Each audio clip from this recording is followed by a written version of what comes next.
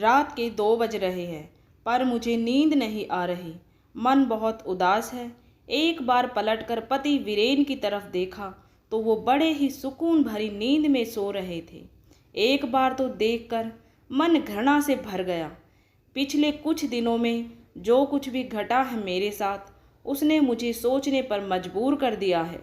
मेरा तो कोई अस्तित्व ही नहीं है।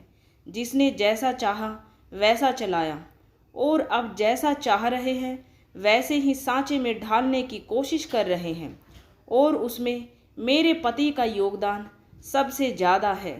मेरा नाम रिया वर्मा है। मैं अपने ससुराल में छोटी बहू हूँ।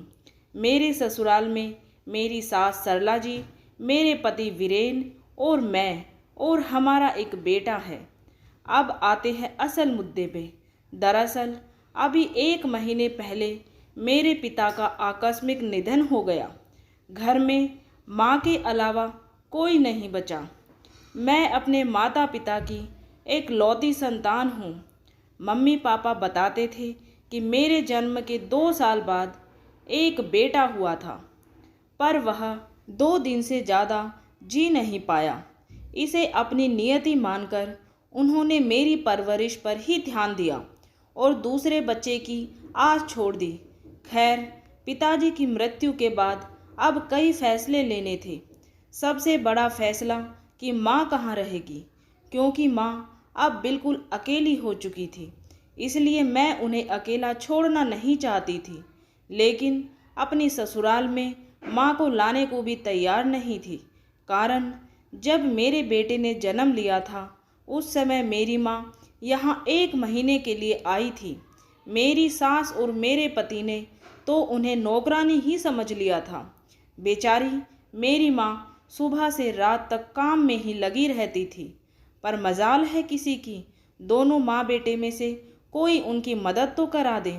लेकिन इस बारे में वीरेन को कोई चिंता नहीं थी, बल्कि वह तो दिन रात यही बातें करता था कि प्रॉपर्टी का क्या करना है, क्योंकि उसे अच्छे से पता था कि माँ ने पूरा फैसला मेरे ऊपर डाल दिया है।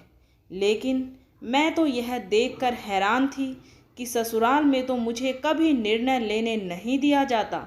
आज मेरे मायके में भी मुझे फैसला लेने का हक नहीं था। वीरेन मुझे अपने हिसाब से चलाने की कोशिश कर रहे थे। इस 1 महीने में मुझसे कई बार कह चुके हैं कि अपनी माँ से कहो कि प्रॉपर्टी मेरे नाम कर दे, तो मैं उनकी जिम्मेदारी उठाने को तैयार हूँ। वैसे भी अब वह अकेली क्या कर लेंगी, किसी ना किसी के सहारे की ज़रूरत तो पड़ेगी ही ना। पर मेरा मन नहीं मानता। जो इंसान अपनी बीवी के हाथ में खर्चे देने से पहले 10 बार सवाल जवाब करता है, 10 बातें सुनाता है, वो उसकी माँ का खर्चा उठा ले, ऐसा हो नहीं सकता। और दूसरी और ज़रूरी बात, उनके माँ ने कौन सी अपनी प्रॉपर्टी उनके नाम कर दी, पर फिर भी खुशी खुशी उनका खर्चा तो उठा रहे हैं ना। तुम्हारे भैया भाभी तो बाहर रहते हैं, साल में 2-3 बार आते हैं, सारा खर्चा वीरेन ही तो उठाते हैं। तो ये इंसान मेरी माँ से सौदेबाजी क्यों करना चाहता है? बस यही बात मेरे दिल को चुभ रही है। कल रात जब सासू माँ से इस बारे में बात की तो उन्होंने मुझे ही डांट दिया। क्या गलत कह रहा है वो? मेरा बेटा तुम्हारी माँ के खर्चे क्यों उठाएगा? बेचारे को कोल्हू का बैल समझ रखा है क्या? पर माँ जी, जैसे आप हमारी जिम्मेदारी हो, वैसे ही मेरी माँ भी तो हमारी जिम्मेदारी है ना। तू मेरी बराबरी अपनी माँ से कर रही है। मैंने अपने बेटे को जन्म दिया है, पाल पोस कर बड़ा किया है, बदले में वह मेरी सेवा कर रहा है, तो तुझे देखकर जलन हो रही है। इतना ही सेवा करवाने का शौक था तो एक बेटा और पैदा कर लेती तेरी माँ। और वैसे भी औरत को क्या पता कि किस तरह से फैसले लेने हैं। तेरे पापा तो रहे नहीं, अब तो निर्णय वीरेन ही लेगा ना। इसके आगे मैं कुछ कह ना सकी। गलत तो कुछ कह नहीं रही थी वो। मैं बेटी हूँ, बेटा नहीं, यह मेरी सास ने बता दिया था। पर बेटा मजबूत हो और बेटी कमज़ोर, ऐसा हो नहीं सकता। अब मेरे दिमाग में एक ही बात है। मैं निर्णय ले चुकी हूँ कि मुझे क्या करना है। बस वह निर्णय लेकर मैं सो गई। सुबह जब उठी तो आज की सुबह कुछ अलग ही लगी। मैं जल्दी जल्दी घर के काम कर रही थी। मुझे देखकर मेरी सासू माँ वीरेन से बोली, आज बहू को कहीं जाना है क्या? बड़ी जल्दी जल्दी काम निपटा रही है। मुझे देखकर वीरेन ने कहा, कहीं जा रही हो क्या तुम? हाँ, माँ के पास जा रही हूँ। क्यों? तुमने तो मुझसे पूछा भी नहीं। सोच रही हूँ कि वहाँ का घर बेच दूँ। बात सुनकर वीरेन के चेहरे पर चमक आ गई।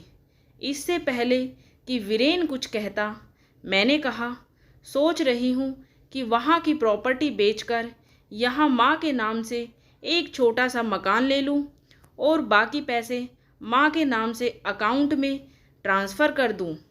माँ के खर्चों में काम आएंगे। माँ पास में रहेगी तो मैं भी उन्हें आसानी से दिन में जाकर संभाल लूँगी। तुम्हारी इतनी हिम्मत कि तुम मेरे फैसले के ऊपर जाओ। देख रहा हूँ बहुत ज़्यादा बोलने लगी हो आजकल। मैं आपके फैसले के ऊपर कहाँ जा रही हूँ? मैंने कभी ससुराल में बीच में नहीं बोला। कभी किसी निर्णय में आपने मुझे साथ में नहीं लिया। पर अब तो मेरे मायके से संबंधित फैसला लेना है और वह मैं ले सकती हूँ। मेरी माँ है, उन्होंने मुझे जन्म दिया है, तो उनके बारे में सोचने की जिम्मेदारी भी मेरी है ना। अब मैं नहीं सोचूंगी तो लोग सौदेबाजी करने को तैयार हो जाएंगे और वो मुझे मंजूर नहीं। बहू अपनी माँ के लिए तो हमसे लड़ने को तैयार है। अब की बार बीच में मेरी सास बोली, देखिए माँ जी, कल आपने ही मुझे यह रास्ता बताया था। आपने कहा था ना कि मेरा बेटा है, वह तुम्हारी माँ की जिम्मेदारी क्यों उठाएगा। इसी तरह मैं अपनी माँ की बेटी हूँ। अगर मुझे रोका तो मैं आपकी जिम्मेदारी नहीं उठाऊंगी। आप अच्छी तरह से याद रखिएगा, आपका बेटा सिर्फ कमाता है, पर इस मकान को घर में मैं बनाती हूँ। मेरी बात सुनकर दोनों में से किसी ने कुछ नहीं कहा। जानती हूँ नाराज है तो नाराज रहने दो। इनकी नाराजगी के चलते मुझे मेरी माँ को मोहताज थोड़ी ना करना है। बस फटाफट अपना काम निपटाकर मैं चल पड़ी थी अपने फैसले को अमल करने। तो दोस्तों, ये थी आज की कहानी। उम्मीद है आपको ये कहानी पसंद आई होगी।